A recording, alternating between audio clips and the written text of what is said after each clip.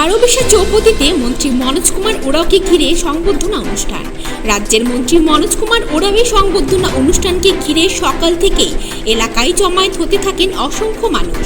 স্থানীয় সূত্রে জানা গেছে, বিভিন্ন সামাজিক সংগঠন এবং রাজনৈতিক কর্মীরা মন্ত্রীকে স্বাগত জানাতে চৌপতি এলাকায় বিশেষ আয়োজন করেন। ফুল, মালা ও ব্যান্ড পার্টির মাধ্যমে তাকে উষ্ণ অভ্যর্থনা জানানো হয়। অনুষ্ঠানে মন্ত্রী মনোজ কুমার ওরাও স্থানীয় উন্নয়ন, জনকল্যাণমূলক প্রকল্প এবং এলাকার ভবিষ্যৎ পরিকল্পনা নিয়ে বক্তব্য রাখেন। তিনি বলেন, সাধারণ মানুষের পাশে থেকে উন্নয়নের কাজ আরও দ্রুত গতিতে এগিয়ে নিয়ে যাওয়াই তার প্রধান লক্ষ্য। এলাকাবাসীর মধ্যে এই অনুষ্ঠানকে ঘিরে ব্যাপক উৎসাহ দেখা যায়।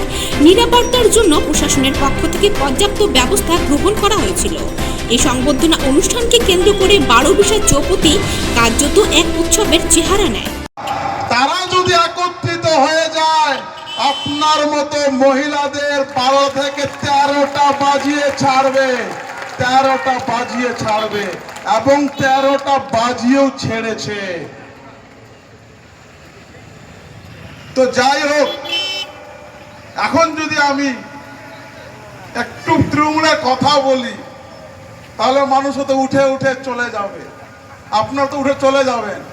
এখন আর মানুষ তৃণমূল নামক কথা শুনতে চাইছে না। এখন আপনারা শুধু শুনতে চাইছেন বিজেপি কি করে, বিজেপি কি করে। আমরা যারা বিধায়ক হয়ে গেছি, ক্যাবিনেটে চলে গেছি, আমরা মুখিয়ে আছি, রেডি হয়ে আছি। শুধুমাত্র ঘোড়াটা পেলেই হয়, এখান থেকে দৌড় দেব শুরু করব, কোনো অসুবিধা নেই। সম্ভবত আজকে রাত্রের মধ্যে আপনারা জেনে যাবেন আমাদের ভাগ্যে কি আছে।